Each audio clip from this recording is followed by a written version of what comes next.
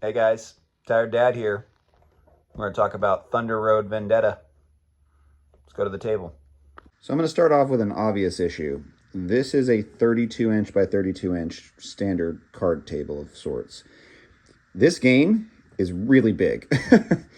So it takes up quite a bit of space. So if you have, a smaller card table that you typically play games on, this isn't a game that you're going to want to have probably, because putting it on the table is really tough. I'm going to go down a little bit closer and we'll look at the components. All right. So the first thing people are going to notice really is the vehicles. They're pretty sweet. You get a small vehicle. Whoops, there's the small vehicle. That was the medium-sized vehicle. So let's start this over. You get a small vehicle. You get a medium-sized vehicle. You get a large vehicle. And then you get a helicopter. And unfortunately, this choppers are not looking so well. Man, these are busted up. These guys have gone through some Thunder Road Vendetta, because this one's totally busted. Some glue is going to be needed for that. You're going to get some dice for each of the characters. You're going to get these nifty tokens as well as cards that come to the game. And most of the game is played through the course of your little tableau of cars. So you've got your standard actions that you can assign dice to. You can assign movement to each one of your cars that are still up and running. Eventually, you might take some damage, which are these tokens here. You flip it over, it tells you what you get. If you get 2 damage, you're out. So you got to be careful of that and be mindful. You may want to repair your car every once in a while. The goal of the game is pretty simple. You're going to move your vehicles to try to get to the end of the road first, or destroy everybody else's cars. You can get destroyed by falling into these areas that have yellow borders. These hazard tokens, will have different hazards that affect movement. And then you can run into each other. So, there are different dice for different reasons here.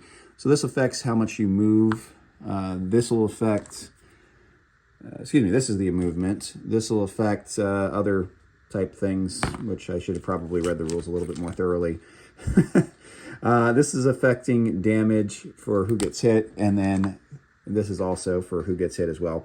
I'm not going to explain every single rule because it's actually not that complicated a game, but ultimately there's a lot of dice chucking. So if you're into games with more agency and more, strategic planning, you may have the best plan in the world, but if you roll poorly, which that might be a poor roll, maybe you don't want to move 3 spaces, or maybe you don't want to use nitro, or whatever the case may be, could be very problematic. But overall, if you have a table that's big enough, that's another, as I mentioned earlier, that's a problem, right? This is a larger game. The mechanics of this game are fairly simple. And I guess you could just as easily have 2 of these boards out instead of all 3, and then just put the 3rd board on. But having 3 boards out is almost necessary in this case. And then there's these little, sorry, that's a small car. There's these little crushed cars that you might run into as well. So let's talk this game on the review. So, Thunder Road as a game is great. The concept is great. It's a lot of fun to play. It is what they call an Ameritrash game, where you're chucking dice, right? So be mindful of that. As I mentioned earlier, people who are really into games with agency and strategic thought, your chess players of the world, this is probably not a game that you're going to want to play too often. But it's super fun. We've played this game in its original form before Restoration Games got their hands on it and made some alterations to it. The original game was even more simple than this, and it was actually quite fun. I think that some of the additions they added on the Restoration side to make this more of a strategic game, to make this a little bit more of a modern board game as opposed to a traditional American game of throwing dice and seeing what happens. I think they did a pretty good job of that. I mean, overall, did they improve on the base game? I don't know about that. Sometimes it's not really addition to addition's sake, right? So adding things in this game were, they're probably too much. But there are some things that they changed that I really like. So like this thing here, where your car has different movement. The airstrike component with the helicopter. So in the original game, you had to wait until one of the panels goes off with your helicopter, and then you can redeploy it. Now you can redeploy it every turn, hypothetically. I like that a lot. That was a really, really good change. So the tweaks they made were good, but the additions, like these, kind of strategic cards, you don't have to play with them, and we don't often play with them, honestly. They're fun, but I don't know if they add to the game as much as they just add things to do in the game, which some people love. So they also changed kind of the mechanics of how you attack people with the helicopter, and these dice that I butchered the rules on for how you get hit. And I like this. I think this is a really cool change that they made to the game. So again, the tweaks they made, great. The additions, maybe not so much.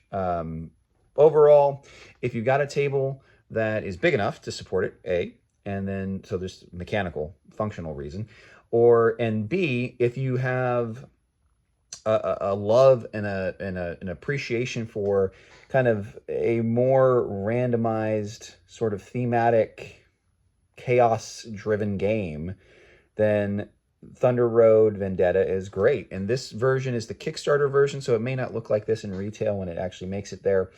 This is not the Maximum Chrome Kickstarter that a lot of people got out there, which added even more stuff, which, in retrospect, there are some things in the Maximum Chrome edition that I think are really cool additions. Hypothetically, I haven't played it yet, like characters and powers and all that. So, there are things that are likely better additions in the Maximum Chrome edition. I did not go that route because I'm a firm believer in not paying for all the bells and whistles on Kickstarters until I actually know I'm going to like the game, right? That one I may regret a little bit for not getting into the Maximum Chrome version. But this is a pretty good example of what the base game is going to look like when it hits retail shelves. So, think about it. If you're into that kind of thing, this is, what is that? Fury Road, really. I know they call it Thunder Road here, but it's, it's just a post-apocalyptic utopian race. So, anyway, Thunder Road Vendetta, Tired Dad approved. Enjoy it. And hope y'all are doing well. Peace.